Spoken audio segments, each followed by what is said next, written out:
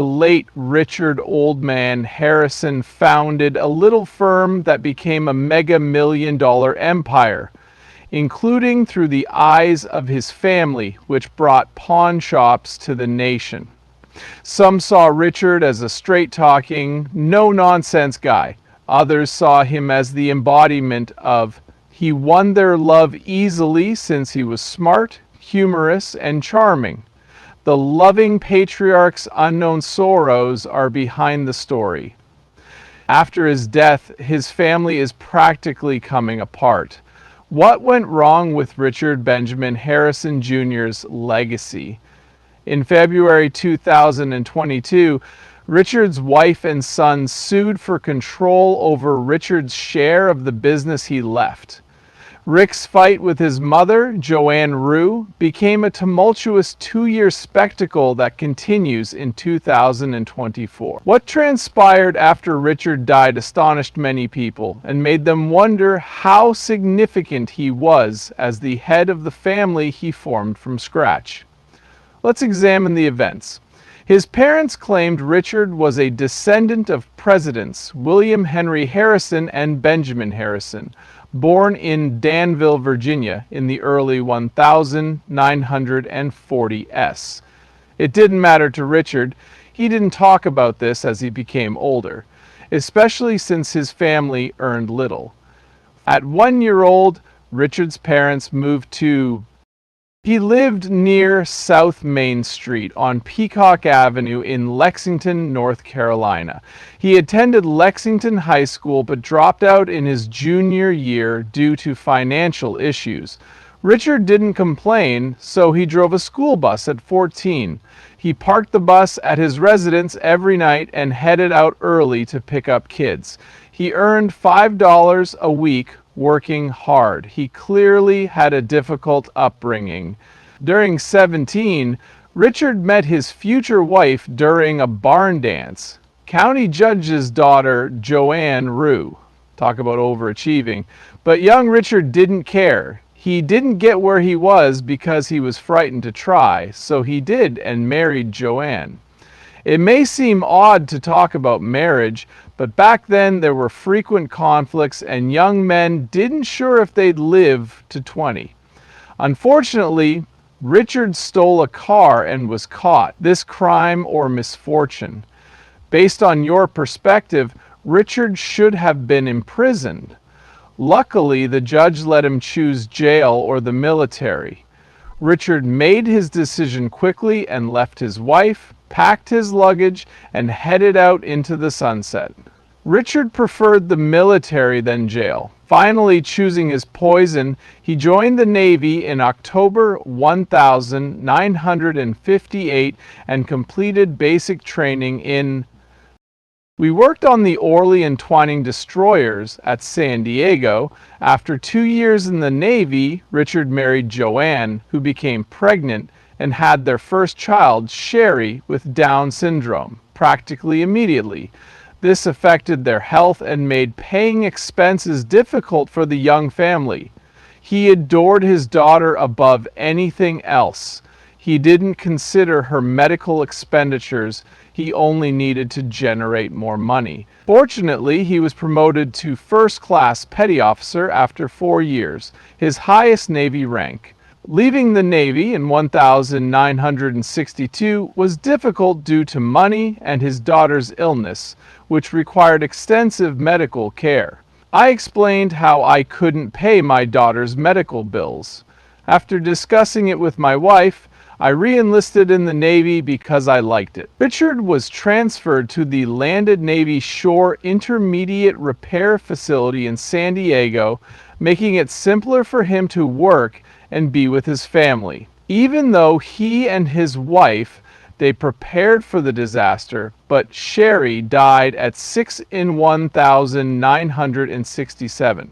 Richard remarked, "Sherry was the light of my life for the short time we had her."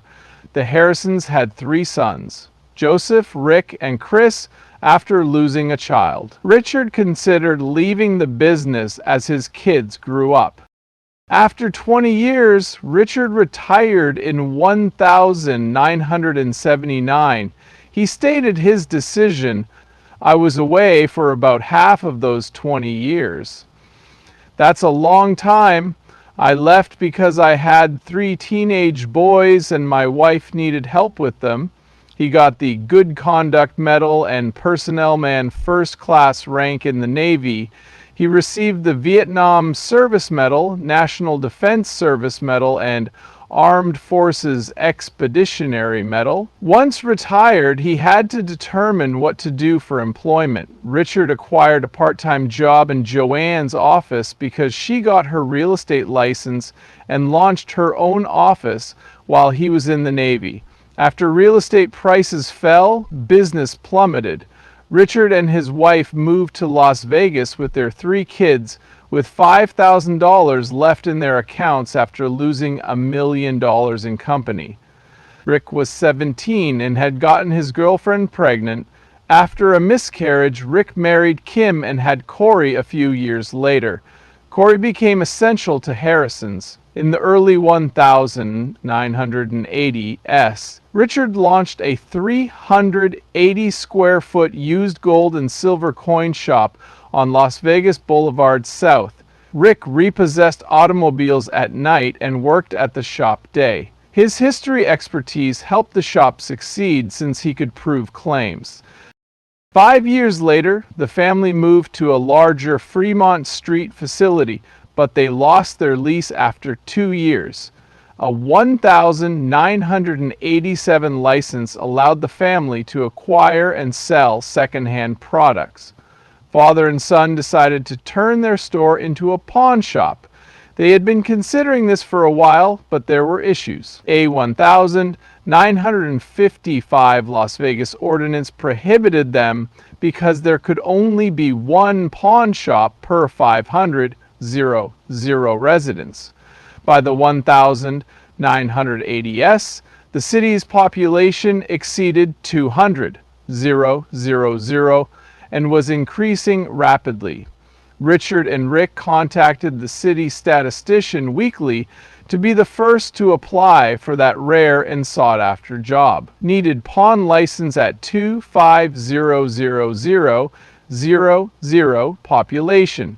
You can guess who obtained their license in the late 1980s, the Harrisons. After some legal complications, they got their pawn license and opened the gold and silver pawn shop at 7133 Las Vegas Boulevard South, less than 2 miles from the Strip, that year. By 2005, Rick and Richard made $700,000 a year in interest on their $3 million loans.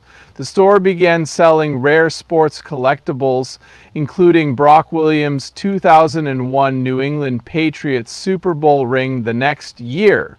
People brought jewelry into the store and soon enough, their ideal position allowed them to serve gamblers who came by to pawn anything to obtain gas to travel home, which is how they got such a large amount of stuff. Richard was the first at work in the morning despite their accomplishment. Most business owners would have rested on their OES with such big revenues, so their dedication was unusual. While in Las Vegas in 2008, Left Field Pictures' Brent Montgomery and Colby Gaines came up with Pawn Stars. They liked the quirky pawn shops and believed they could have fascinating characters. The gold and silver pawn shop, less than 2 miles from the Las Vegas Strip, was the family-owned shop they chose for a TV series. This business was featured in a 2001 PBS documentary, and Rick and Dave Vell appeared on Insomniac in HBO, and everyone anticipated the show would be a hit when submitted to HBO in 2003.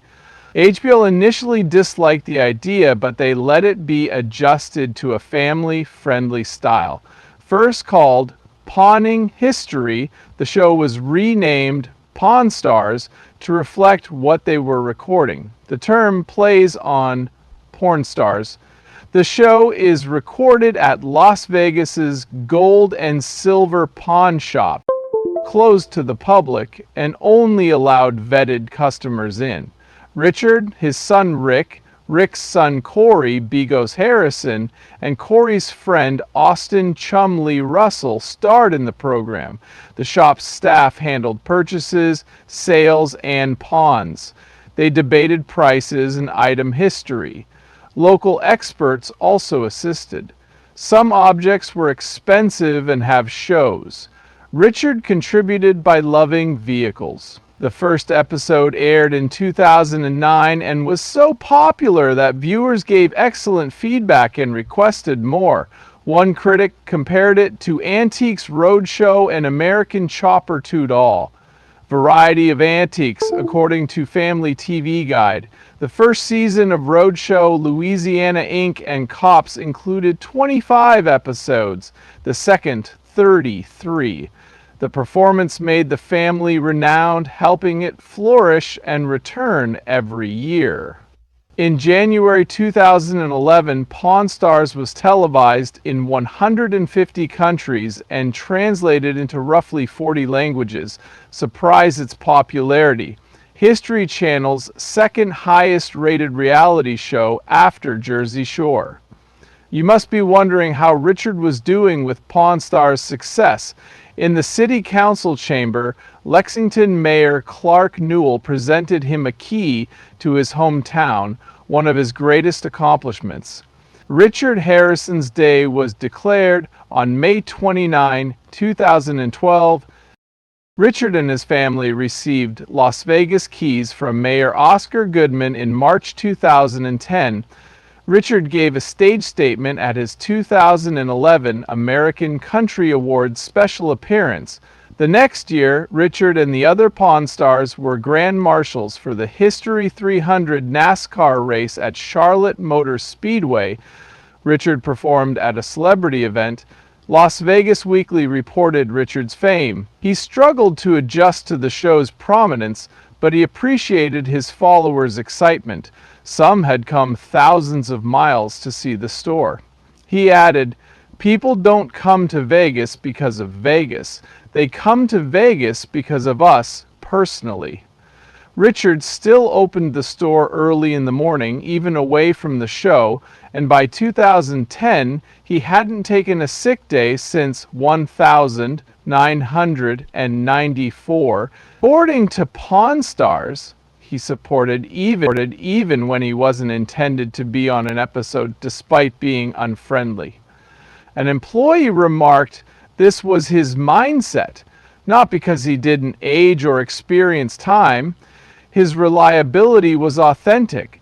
Richard clearly saw the store as a career-building opportunity. He worked hard to create the store. Even though the store and show were enormous hits, Richard and his family faced business issues. In Las Vegas, handicapped Vietnam veteran Daniel Callahan sued Richard and his son Rick for hurting him and not providing enough security at their establishment. Callahan demanded $200,000 for injuries he sustained while forced out of the shop during a gunfight. Corey, Richard's grandson, stated his family never dealt with Callahan and wanted him gone for safety. Callahan claimed they threw him outside with a gun. Daniel requested funds for his fight medical bills and legal fees. Harrison's lawyer didn't comment. Years later, Richard experienced a health issue in 2017. Richard reportedly retired following a stroke. His low profile and lack of social media kept him unknown for a while. Many admirers believed he would return to TV healthy, but he didn't. A long struggle with Parkinson's disease killed Richard on June 25, 2018. Rick said on Instagram, "We mourn the departure of Richard Benjamin Harrison, known as the Old Man." He wrote a tribute to his father and will be deeply missed by our family, the Gold and Silver Pawn Team, and his many fans worldwide. He was my hero, and I was lucky to have a very cool old man as my dad that I got to share him with so many others. The shop Gold and Silver Pawn which was part of Richard's legacy, posted on Facebook that the team at Gold and Silver Pawn and the Pawn Stars family is grieving his loss. He will be remembered as the best father, grandfather, and great-grandfather you could imagine. History Channel mourned the death of Richard Old Man Harrison, a beloved Pawn Stars family member. They said they would miss his wisdom and honesty and that their thoughts are with him. Old friends like ITV America CEO David George and former CEO Brent Montgomery also paid tribute to the man who started it all. We went on an amazing 10-year journey that brought us closer to the Harrison family, helped us build thriving businesses, and entertained and educated millions of people around the world with history. A few days after his death, Pawn Stars aired a treasure hunt. He named his son Rick to handle his estate. In his first will, he said that his wife Joanne Rue and his 3 children would get his stuff when he died, but he later changed it and left out his youngest son, Christopher. Richard wrote in court papers, "I would like to express my love and affection for Christopher Harrison. However, for the purposes of this will, I have intentionally and with full knowledge failed to provide for him and his issue." Christopher is Richard's youngest son, and the papers didn't say how much his estate was worth. In February 2022, Rick's mother, Joanne Rue, sued him over family assets and who owned the gold and silver pawn shop in Nevada State Court. The civil lawsuit named Rick, the shop, Harrison Properties, Jorich Properties, and other things. Joanne sued Rick for breach of contract. She said she and Richard had been married for almost 60 years, and that when Richard died 4 years ago, she inherited his 49% share of the pawn shop. However, she told the court that soon after waking up from a coma, her son Rick forced her to sign over ownership to his late father. She told him that she didn't understand what she was signing and hadn't received proper records about the over $500,000 in cash and silver she thought Richard had before he died. She also said that Rick had stopped sending her payments from her late husband, who used to send her $25,000. She wanted that allowance reinstated because she was over 80 and had many health issues. Many fans couldn't believe it. This was Richard's wife and Rick's mother. How could Rick betray his father for money and ruin his reputation? Rick answered in an interview, "The accusations are false, and he heard about the restraining order request from the press." He stated, "I've tried to contact her many times over the last few months, but haven't been able to reach her. In fact, one of the companies she is suing is completely owned by my mother." The case lasted until 2024, and supporters believed Richard lost his cool, to be turning in his grave at his wife and son's conflict. But Rick's son Adam's death, Richard's grandson, ended their war. After losing Richard, Harrison was startled by Adam's young death, but it wasn't surprising. Rick and Corey Harrison will carry on the Harrison name and legacy until they can pass it on to the next generation. Richard wasn't there to see his grandson's horrible demise. This journey began with